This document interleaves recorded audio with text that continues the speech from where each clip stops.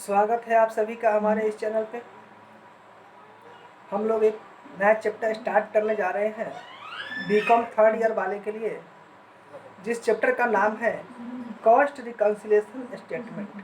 Cost reconciliation statement ये आपके paper के हिसाब से बहुत ही इम्पोर्टेंट चैप्टर है, क्योंकि इस एक क्वेश्चन आता ही आता है। तो आप लोग ज़रा इसको ध्यान से समझें और हमारे चैनल को लाइक और सब्सक्राइब कर लें कि इसी तरह के वीडियो हम आपको बना के बराबर देते रहें और आपको एग्ज़ाम में कोई प्रॉब्लम ना हो। तो आइए स्टार्ट करते हैं कॉस्ट अकाउंटिंग से चैप्टर जिसका नाम है cost reconciliation statement. Cost reconciliation statement. और हमें ये देखना है कि कॉस्ट रिकन्सिलिएशन स्टेटमेंट क्या है। तो चलिए पहले थोड़ा सा समझते हैं इसके बारे में। तो अगर हम ऐसा करें कि किसी एक क्वेश्चन को दो लोग बनाए तो दोनों का रिजल्ट सेम आना चाहिए। जब भी किसी भी क्वेश्चन को दो लोग बनाते हैं तो उनका रिजल्ट सेम आता है। लेकिन कभी कभी क्या होता है कि दोनों का आंसर अगर अलग अलग हो तो हम क्या कहेंगे कि दोनों में किसी एक का जो मेथड है या क्वेश्चन है बनाया गया वो गलत है। तो जैसा कि हम लोग जानते हैं कि कोई भी बिजनेसमैन अपना जो रिजल्ट होता है वह जानने के लिए कि हमने इस साल में क्या प्रॉफिट कमाया, क्या लॉस हुआ, ये जानने के लिए वो जो बनाता है तो वह बनाता है फाइनेंशियल अकाउंट।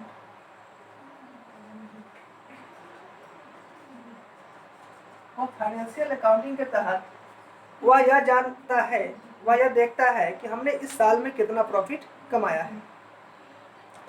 और जो बड़े बड़े बिजनेस होते हैं उसमें वो क्या करते हैं कि एक और अकाउंट बनता है जिसका नाम है कॉस्ट शीट। जिसका नाम है कॉस्ट शीट। तो कॉस्ट शीट में क्या होता है कि हम लोग एक डेटा लेते हैं जो एज्यूम किया होता है कि हमें इसमें इतना खर्चा आएंगे, इस काम में इतना खर्चा आएंगे। इस हिसाब से वो लोग अपना एक पहले ही बजट तैयार कर लेते हैं। जो स्टेटमेंट बनाते हैं कॉस्ट के लिए उसमें ये लोग अपना बजट तैयार करते हैं कि हमें किस मद में कितना खर्चा होने का अनुमान है। ठीक है। और फाइनेंशियल अकाउंट में वो अपना फाइनल रिजल्ट देखते हैं कि हमें इस साल क्या हुआ, प्रॉफिट हुआ, लॉस हुआ। तो अगर किसी भी बिजनेस का फाइनेंशियल अकाउंट देखा जाए तो उसमें प्रॉफिट और लॉस होता है, ट्रेडिंग बनता है, प्रॉफिट एंड लॉस अकाउंट बनता है, बैलेंस शीट बनता है। तो अगर किसी भी बिजनेस का प्रॉफिट एंड लॉस जो है वह उस बिजनेस का एक्चुअल रिपोर्ट है, वह बताता है कि इस बिजनेस में क्या प्रॉफिट हुआ, क्या लॉस हुआ। और जो कॉस्ट शीट है, इस कॉस्ट शीट में यह बताया जाता है कि हमें किसी चीज़ का प्रोडक्शन करने में, उसे बनाने में तकरीबन इतने के कॉस्ट आएंगे। ये क्या होता है, अनुमान से होता है। तो जैसा कि हमने पहले कहा था कि किसी भी काम को अगर दो व्यक्ति करें एक ही काम को तो क्या है कि दोनों का रिजल्ट सेम आना चाहिए। अगर सेम नहीं आता है तो कहीं ना कहीं कुछ ना कुछ प्रॉब्लम्स है। तो क्या है कि इस चीज़ों को देखना होगा। तो जैसा कि हमने क्लास 11th में एक चैप्टर पढ़ा था जिस चैप्टर का नाम था bank reconciliation statement. Bank reconciliation statement. तो इसमें हम लोग क्या पढ़े थे, तो इसमें हम लोगों ने देखा था कि कैश बुक और पासबुक का बैलेंस मैच नहीं करता है, दोनों का बैलेंस अलग अलग बताता है। तो जो बताता है अलग अलग, तो ऐसा क्यों होता है, तो उसमें हमने देखा था कि कुछ रीजंस है जिस वजह से दोनों का बैलेंस मैच नहीं करता है। तो हम लोगों ने जैसे उसका रिकन्सिलिएशन किया था, ठीक उसी तरह से हम लोग कॉस्ट अकाउंटिंग में जो चैप्टर पढ़ने जा रहे हैं कॉस्ट रिकन्सिलिएशन स्टेटमेंट, तो इसमें अपने फाइनेंशियल अकाउंट और कॉस्ट शीट दोनों का जो प्रॉफिट है उस दोनों को मैच करेंगे। अब क्या है कि हमें यह देखना है कि कॉस्ट शीट और फाइनेंशियल अकाउंट दोनों का अगर बैलेंस नहीं मैच करता है तो हम लोग क्या करेंगे? तो क्या है कि दोनों में गलत कोई नहीं होता है, गलत कोई नहीं होता है, क्योंकि अगर गलत होता तो हम लोग बनाते रेक्टिफिकेशन। अगर कोई भी चीज़ गलत होता तो हम लोग बनाते रेक्टिफिकेशन। लेकिन क्या होता है कि गलत नहीं होता है, ये हम लोग बजट बनाए हुए रहते हैं, हम लोग बजट बनाए हुए रहते हैं कि कॉस्ट शीट में इतने का एक्सपेंस आएंगे, इतना प्रॉफिट होने के चांसेस हैं, और फाइनेंशियल अकाउंट में एक्चुअल होता है। तो डिफरेंस जो होता है दोनों के बैलेंस का इसी वजह से होता है क्योंकि ये अनुमान पे होता है और ये एक्चुअल होता है। तो गलत कुछ नहीं होता है, बस हमें क्या करना है, दोनों के बैलेंस को मैच कर देना है। किस वजह से दोनों नहीं बैलेंस मैच कर रहे हैं इसको पहले चेक करना है। तो हमें यह देखना होगा कि जब हम लोग रिकंसिलिएशन बनाएंगे, जब हम लोग रिकंसिलिएशन बनाएंगे तो रिकंसिलिएशन बनाने की क्या वजह है? तो रिकंसिलिएशन बनाने की जो वजह है वो ये है कि कॉस्ट शीट और फाइनेंशियल अकाउंट दोनों का बैलेंस मैच ना करना।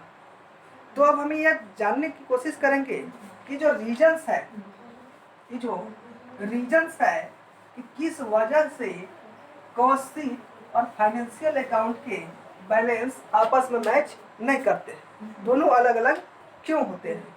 तो सबसे पहले हम लोग जो देखने जा रहे हैं वह रीजन फॉर द डिफरेंस, जो इसके रीजंस है कि क्या रीजंस है,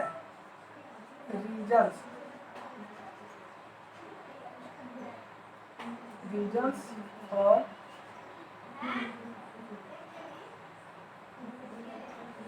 द डिफरेंस।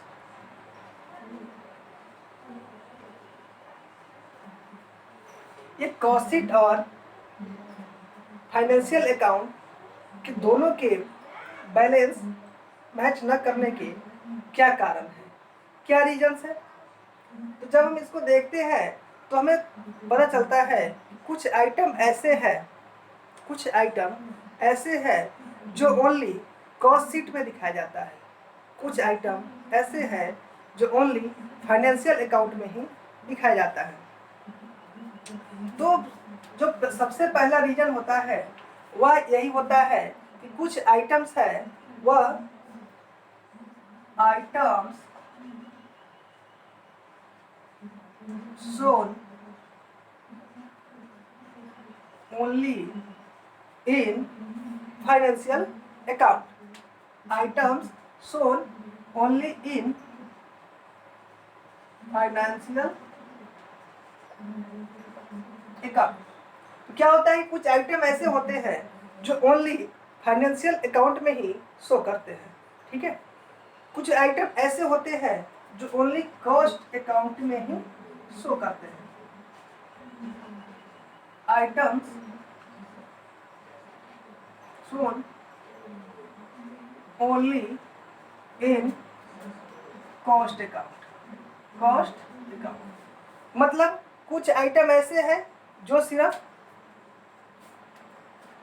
फाइनेंशियल अकाउंट में दिखाए जाते हैं, कुछ आइटम ऐसे हैं जो ओनली कॉस्ट अकाउंट में दिखाए जाते हैं। तो इन दोनों की वजहों से मुख्य रूप से कॉस्ट शीट और फाइनेंशियल अकाउंट के बैलेंस आपस में मैच नहीं करते हैं। दूसरा, कुछ ओवरहेड्स होते हैं जिनका हम लोग ऑब्जर्वेशन करते हैं, एब्जॉर्प्शंस ऑफ ओवरहेड्स, एब्जॉर्प्शंस ऑफ ओवरहेड्स। ये क्या होता है कि ओवरहेड्स जो होते हैं इस वजह से भी। चौथा, methods, methods of valuation, valuation of stock, methods of valuation of stock. हम लोग जानते हैं, जैसे कॉस्ट शीट हम लोग पढ़े थे तो उसमें स्टॉक वैल्यूएशन के मेथड होते हैं, लिफो, फीफो, हीफो, एवरेज। इन सारे मेथड से हम लोग क्लोजिंग स्टॉक या फिर आपका जो स्टॉक है उसको कैलकुलेट करते हैं कि ये कितने का है। ठीक है, तो ये कॉस्ट शीट में होता है, इतने सारे मेथड्स होते हैं। लेकिन फाइनेंशियल अकाउंट में क्या होता है कि हम लोग क्या देखते हैं कि मार्केट प्राइस, हम लोग देखते हैं मार्केट प्राइस, और उसका जो कॉस्ट है, तो दोनों में कंपैरिजन करते हैं, जो मिनिमम होता है वो लेते हैं। तो जो कॉस्ट फाइनेंशियल अकाउंट में दिखाए जाते हैं वह मार्केट प्राइस और उसका जो एक्चुअल कॉस्ट है, उन दोनों में जो कम होता है उसको दिखाते हैं। ठीक है, तो उसका मेथड हुआ वैल्यूएशन का। दूसरा जो कॉस्ट शीट है, तो कॉस्ट शीट में कई तरह से वैल्यूएशन करते हैं, जैसे लिफो, फीफो, मीफो, ये सारा हम लोग पढ़े थे। तो इन वजहों से भी क्या होता है कि स्टॉक कॉस्ट शीट में कुछ और बता रहा हो, कॉस्ट अकाउंटिंग में कुछ और बता रहा हो, और फाइनेंशियल अकाउंट में कुछ और बता रहा हो। तो जब दोनों का क्लोजिंग स्टॉक अलग अलग बता रहा हो तो उसमें क्या होगा, फिर भी हमारा बैलेंस मैच नहीं करेगा, क्योंकि दोनों का बैलेंस अलग अलग होगा। उसके बाद एबनॉर्मल लॉस एंड गेन्स। कभी कभी क्या होता है ना कि कुछ लॉस और कुछ गेन्स ऐसे होते हैं जो ऐसे ही हो जाता है। ठीक है, एबनॉर्मल, किसी विशेष वजह से, किसी घटना के घटने की वजह से, जिसकी हम लोग कल्पना पहले से नहीं किए रहते हैं, जिसकी व्यवस्था हम लोग पहले से नहीं किए रहते हैं, जिसके बारे में हमें अनुमान पहले से नहीं होता है। तो कुछ इनकम भी होता है इस तरह का, और कुछ एक्सपेंस भी होता है। तो इस वजह से भी क्या होता है कि या तो एक्सपेंस बढ़ गया होगा, लॉस ज़्यादा हो गया होगा, या फिर इनकम ज़्यादा हो गया होगा। तो ये जो एबनॉर्मल लॉस और गेन्स होते हैं, इसको तो हम लोग कहाँ शो करते हैं, फाइनेंशियल अकाउंट में, क्योंकि उसमें सारे चीज़ों को शो किया जाता है। लेकिन जहाँ तक बात करें हम लोग अपने कॉस्ट अकाउंटिंग की, तो कॉस्ट अकाउंटिंग में इन चीज़ों को नहीं दिखाते। ठीक है, या फिर तो ये जो 5 रीजन्स है, पहला, कुछ आइटम ऐसे होते हैं जो ओनली कॉस्ट अकाउंटिंग में ही दिखाते हैं। कुछ आइटम ऐसे होते हैं जिसको सिर्फ हम लोग फाइनेंशियल अकाउंट में ही दिखाते हैं। उसके बाद ओवरहेड्स होते हैं। उसके बाद स्टॉक का वैल्यूएशन करने के मेथड होते हैं। उसके बाद एबनॉर्मल लॉस और गेन होता है। इस वजह से क्या होता है कि दोनों कॉस्ट शीट, कॉस्ट अकाउंटिंग और फाइनेंशियल अकाउंटिंग का बैलेंस मैच नहीं कर पाता है। तो अब हम लोग इसको अलग अलग समझेंगे कि ऐसे कौन से आइटम है जो सिर्फ फाइनेंशियल अकाउंट में दिखाए जाते हैं, और ऐसे कौन से आइटम है जो ओनली हम लोग कॉस्ट अकाउंट में ही दिखाते हैं। तो सबसे पहले हम लोग यह देखते हैं कि फाइनेंशियल अकाउंट में ऐसे कौन से आइटम है जिसे सिर्फ फाइनेंशियल अकाउंट में दिखाते हैं और कॉस्ट अकाउंट में नहीं दिखाते हैं। तो इस क्रम में जो पहला आता है मेरा, इनकम की बात करते हैं, इनकम। ठीक है, तो कुछ इनकम ऐसे होते हैं जिसे सिर्फ हम लोग कहाँ दिखाते हैं, तो फाइनेंशियल अकाउंट में ही दिखाते हैं। तो ऐसे कौन से इनकम होते हैं जिसे हम सिर्फ फाइनेंशियल अकाउंट में ही दिखाते हैं, कॉस्ट अकाउंट में नहीं दिखाते। तो पहला, इसमें पहला, अगर कोई भी फिक्स्ड एसेट्स को सेल करते हैं, किसी भी फिक्स्ड एसेट्स को सेल करते हैं, और उस पे जो हमारा प्रॉफिट होता है उसे profit on sale of fixed assets, profit on sale of fixed assets, ये जो प्रॉफिट होते हैं इसे सिर्फ फाइनेंशियल अकाउंट में दिखाते हैं और इसे कॉस्ट अकाउंट में नहीं दिखाते। दूसरा बात करें तो अगर हमने कहीं पे इन्वेस्टमेंट किया है और उस पर जो इंटरेस्ट रिसीव होता है, interest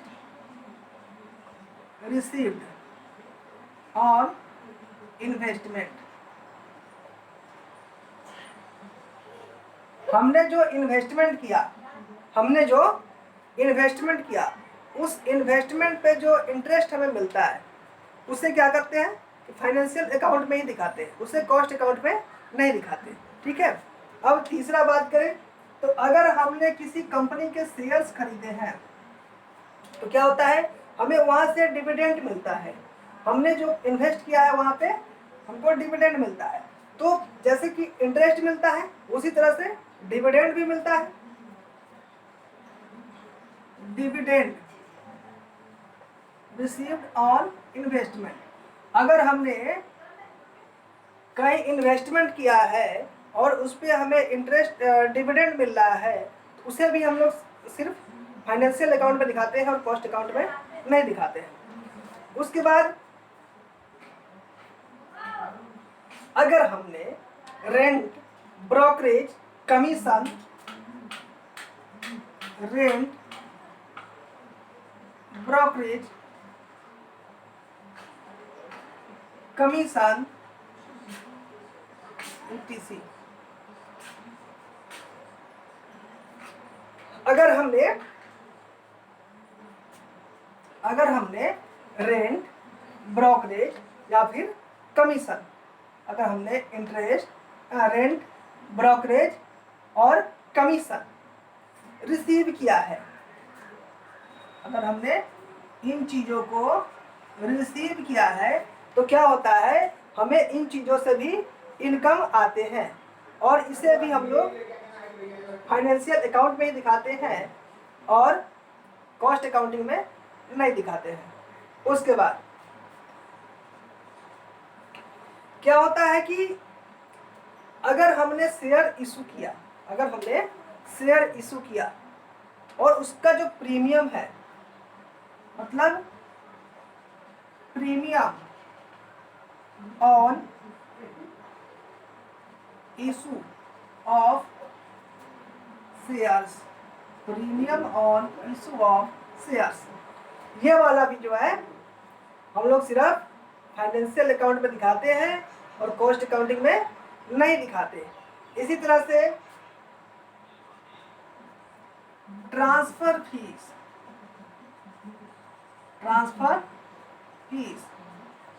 received, transfer fees received, अगर हमने ट्रांसफर फी रिसीव किया है तो इसे भी फाइनेंशियल अकाउंट में दिखाते हैं और कॉस्ट अकाउंटिंग में नहीं दिखाते हैं। तो इन वजह से क्या होता है कि फाइनेंशियल अकाउंट का प्रॉफिट जो है वो ज़्यादा होगा और कॉस्ट अकाउंटिंग का प्रॉफिट कम होगा।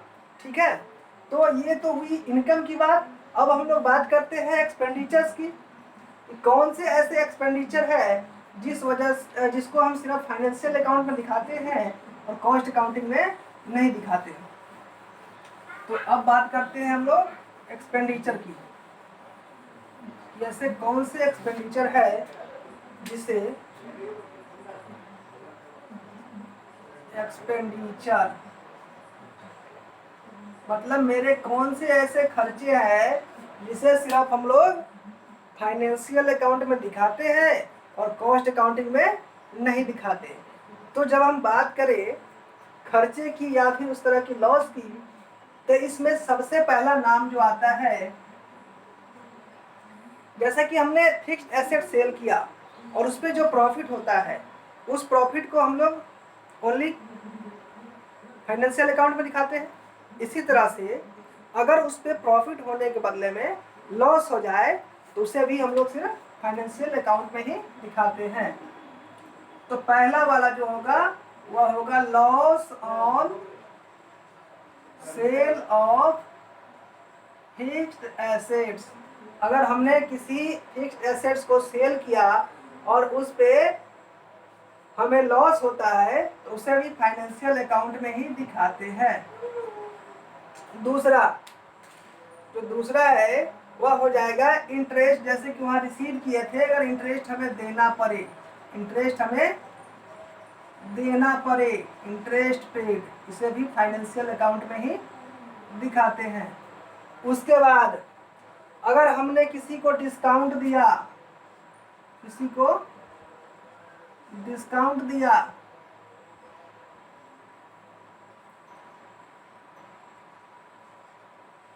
डिस्काउंट अलाउड कहिए या पेड कहिए।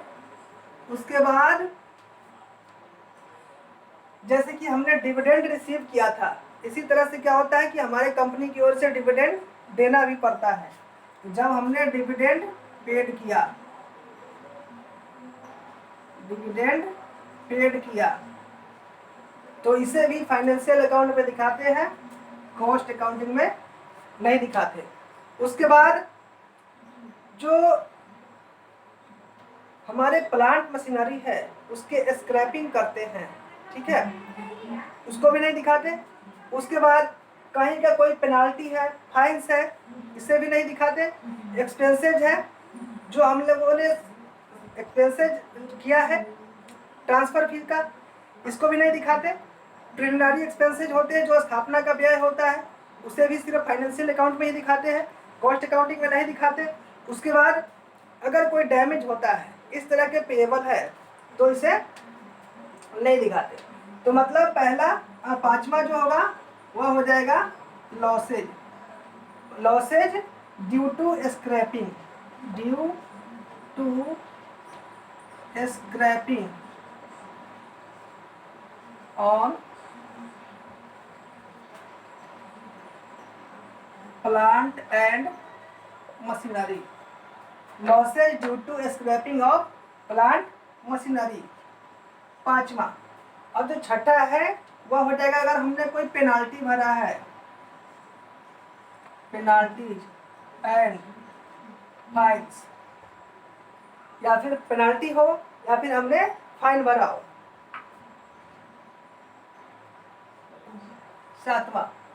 सातवां expenses, expenses of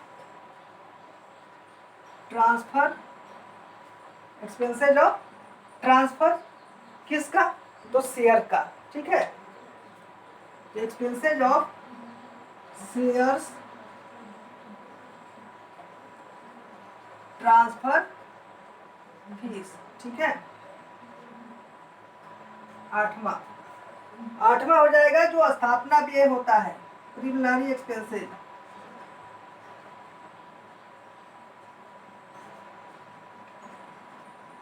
preliminary expenses, इसको अगर हम लोग रिटर्न ऑफ करते हैं,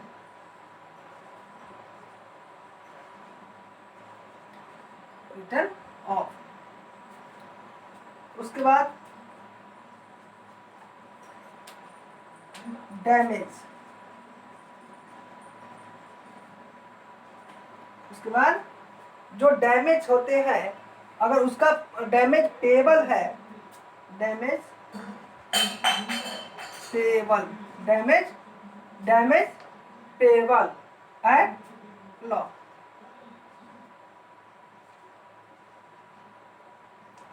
ये सारे जो एक्सपेंसेज होते हैं, ये सारे एक्सपेंसेज होते हैं, इसे ओनली हम लोग फाइनेंशियल अकाउंट में ही दिखाते हैं और कॉस्ट अकाउंट में इसे नहीं दिखाते हैं। तो इन सारे एक्सपेंसेज की वजह से फाइनेंशियल अकाउंट में हम लोग का प्रॉफिट कम बताता है, जबकि कॉस्ट अकाउंट में प्रॉफिट हमें ज़्यादा बताता है।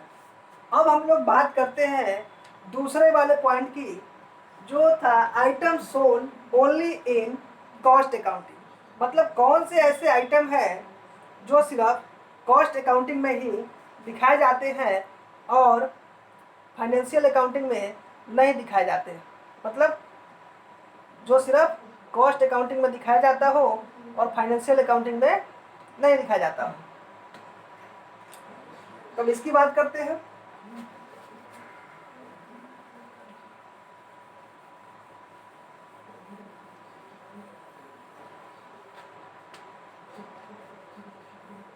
Only in cost account, item shown only in cost account, ठीक है। तो कुछ आइटम ऐसे होते हैं जिसे हम लोग सिर्फ कॉस्ट अकाउंटिंग में दिखाते हैं और फाइनेंशियल अकाउंट में नहीं दिखाते। तो ऐसे कौन से चीज़ें हैं? तो सबसे पहले जो नोशनल इनकम या एक्सपेंस होता है, नोशनल एक्सपेंसेज, ये नोशनल एक्सपेंसेज क्या होता है? तो नोशनल एक्सपेंसेज वो होते हैं जो माना गया होता है, मतलब जो एक्चुअल में हमारा एक्सपेंस नहीं होता लेकिन हम लोग मान लेते हैं। जैसे अगर मेरा खुद का घर है और उस घर का हमने यूज किया अपने बिजनेस के पर्पज से, तो क्या होता है कि उस समय हमको रेंट नहीं देना होता है, ठीक है।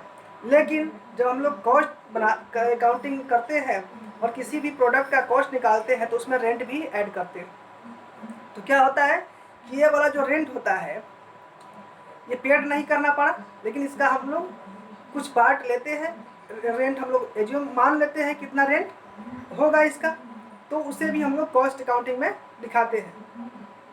तो ये जो होता है नोशनल एक्सपेंस कहलाते हैं, चाहे वह रेंट हो या फिर इंटरेस्ट ऑन कैपिटल हो या फिर कोई हमारा सैलरी हो, कमीशन, मतलब जो भी हमने अपना खुद का किया, अपने यहाँ से अपने घर से कुछ भी हमने बिजनेस में लगाया और उस पर हमने यह मान लिया कि इस पर हमारा इतना इनकम होना चाहिए था, इतना हम अगर किसी और का यूज करते तो उतना हमें चार्ज देना पड़ता। तो ये जब माना गया एक्सपेंस होता है, ये क्या होता है? माना गया एक्सपेंस, एक्चुअल में नहीं होता। तो क्या होता है कि जो एक्सपेंसेज एक्चुअल में नहीं होते उसे हम लोग फाइनेंशियल अकाउंटिंग में नहीं दिखाते, क्योंकि फाइनेंशियल अकाउंटिंग में वही दिखाते हैं जो एक्चुअल होता है, जो वास्तव में एक्सपेंस पेड किया गया है। तो इस वजह से इसको हम लोग क्या करते हैं कि नोशनल एक्सपेंसेस जितने भी हैं उसे सिर्फ कॉस्ट अकाउंटिंग में ही दिखाते हैं और फाइनेंशियल अकाउंटिंग में इसे नहीं दिखाते, ठीक है। अब जो तीसरा वाला पॉइंट था वह क्या है? एब्जॉर्प्शंस। तो एब्जॉर्प्शंस क्या होता है?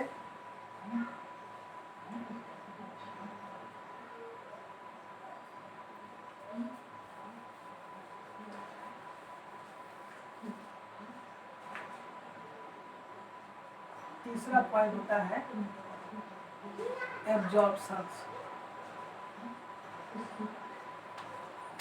कॉस्ट अकाउंटिंग में क्या होता है कि जैसे हम लोगों ने क्वेश्चन बनाया था तो उसमें देखा था कि 10% मशीनरी का एक्सपेंस होगा वेजेज में, 20% होगा एक्सपेंस।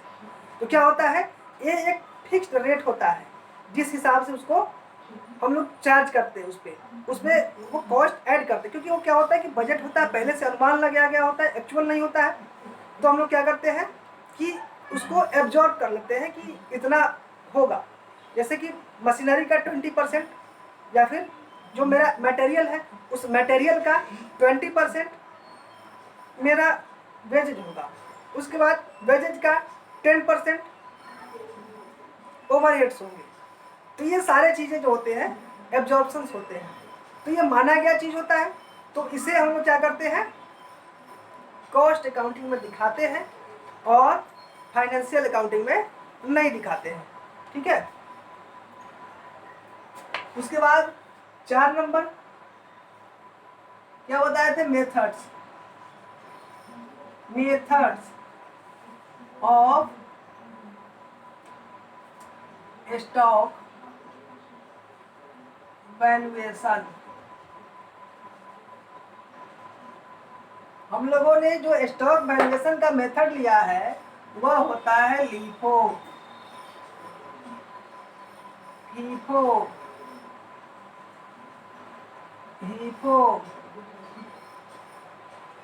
मीफो या फिर एवरेज वाला। तो इन मेथड से हम लोगों ने क्या किया है? स्टॉक का वैल्यूएशन किया है। तो क्या होता है कि इस मेथड की वजह से भी स्टॉक का दाम कम या ज़्यादा हो सकता है, जबकि हम लोग क्या करते हैं फाइनेंशियल अकाउंटिंग में जो उसका एक्चुअल अभी मार्केट प्राइस है या फिर उसका जो कॉस्ट प्राइस है उन दोनों के हिसाब से ही हम लोग उसमें शो करते हैं। लेकिन इसमें क्या होता है लीफो, फीफो, मीफो, हीफो, एवरेज, इस तरह से हम लोग जो भी मेथड यूज करते हैं उस हिसाब से उसका स्टॉक का वैल्यूएशन मतलब आता है। मतलब स्टॉक उतना ही यूनिट बचा हुआ है लेकिन उसका जो वैल्यू होगा मनी में वह कम और ज़्यादा हो सकता है। तो हमने सीखा कि इन वजहों से, अच्छा एक चीज और, पांचवा जो बताए थे, abnormal losses, abnormal losses and gains, abnormal losses and gains. तो एबनॉर्मल लॉसेज एंड गेन्स जो होते हैं, मतलब एबनॉर्मल क्या होता है, असामान्य, जो मेरे बिजनेस में किसी विशेष घटना या विशेष परिस्थिति की वजह से यह एक्सपेंस या फिर यह लॉस हो गया है या फिर ये वाला इनकम मेरे पास आ गया है। तो ये क्या होता है कि इस तरह के लॉस और इस तरह के इनकम गेन्स को हम लोग कॉस्ट अकाउंटिंग में नहीं दिखाते हैं, इसे सिर्फ दिखाते हैं, कहाँ दिखाते हैं, फाइनेंशियल अकाउंट से। तो इन वजहों से क्या होता है कि मेरा कॉस्ट अकाउंट और फाइनेंशियल अकाउंट के प्रॉफिट्स आपस में मैच नहीं करते हैं, दोनों का बैलेंस अलग अलग आ जाता है। मतलब कॉस्ट अकाउंट का प्रॉफिट अलग आ जाता है और फाइनेंशियल अकाउंट का प्रॉफिट अलग आ जाता है। अब क्या है कि दोनों को मिलान करने के लिए, दोनों को मिलान करने के लिए हम लोग क्या करते हैं, रिकंसिलेशन बनाते हैं कि रिकंसिलेशन कैसे किया जाए। तो अब क्या है कि रिकंसिलेशन करने के कुछ फायदे हैं, रिकंसिलेशन करने के कुछ फायदे हैं। तो रिकंसिलेशन करने के क्या फायदे हैं, तो पहला, अगर हमने रिकंसिलेशन कर लिया, पहला फायदा, पहला इंपॉर्टेंस की अगर बात करें, तो नेक्स्ट टॉपिक है मेरा इम्पोर्टेंस ऑफ रिकंसिलिएशन। हम लोगों ने जो रिकंसिलिएशन किया उसके क्या इम्पोर्टेंस है, ठीक है, क्या इम्पोर्टेंस है। तो जब इसके इम्पोर्टेंस की बात करते हैं तो पहला इम्पोर्टेंस यह है कि अगर हमने रिकंसिलिएशन कर लिया तो कॉस्ट अकाउंट और फाइनेंशियल अकाउंट दोनों का जो अर्थमेटिक मान है, मतलब अंकगणितीय वैल्यू है, जो उसका वैल्यू है वो दोनों इक्वल हो जाएगा। इस वजह से हम लोग कॉस्ट कंट्रोल आसानी से कर सकते हैं, ठीक है। दूसरा, अब हमने जो मिसमैच करा था किसी वजह से दोनों का बैलेंस, तो उसके क्या रीजंस है इसका भी पता आसानी से लगा सकते हैं दोनों को देख करके। तीसरा, अगर हमने इंटरनल कंट्रोल जो किया है उसको भी देख सकते हैं। चौथा, आपस में हम लोग जो कोऑपरेशन करते हैं या कोऑर्डिनेशन करते हैं, ठीक है, कॉस्ट अकाउंटिंग और फाइनेंशियल अकाउंटिंग वाले से, तो यह क्या होता है, बहुत ही आसान हो जाता है। मतलब कॉस्ट अकाउंटिंग और फाइनेंशियल अकाउंटिंग दोनों जो करने वाले लोग हैं, दोनों के बीच में कोऑर्डिनेशन और कोऑपरेशन बहुत ही अच्छे से होने लगता है, स्मूथ तरीके से। उसके बाद अब क्या है कि हम अपने बिजनेस की जो पॉलिसी है उसको आसानी से स्टैंडर्डाइज कर सकते हैं कि हमने जो स्टॉक का वैल्यूएशन किया या फिर डेप्रिसिएशन लगाया या फिर जो एब्जॉर्प्शन है ओवरहेड्स का, उसको हम लोग स्टैंडर्डाइज कर सकते हैं। उससे क्या होगा कि एक्चुअल हमको पता हो जाता है, तो उसी हिसाब से आगे से करेंगे। तो ये होता है इम्पोर्टेंस। अब क्या है, अगला टॉपिक जो आता है कि हम लोग ये रिकंसिलिएशन कैसे करें, रिकंसिलिएशन कैसे करें। तो रिकंसिलिएशन करना अब हम लोग को सीखना है। तो अभी तक जो हमने सीखा हुआ थ्योरी वाला पार्ट था, अब हम लोग इसके न्यूमेरिकल वाले पार्ट में चलते हैं कि हम लोग रिकंसिलिएशन कैसे करें। तो रिकंसिलिएशन करना हम लोग अगले वीडियो में सीखते हैं। तो तब तक के लिए नाइस डे।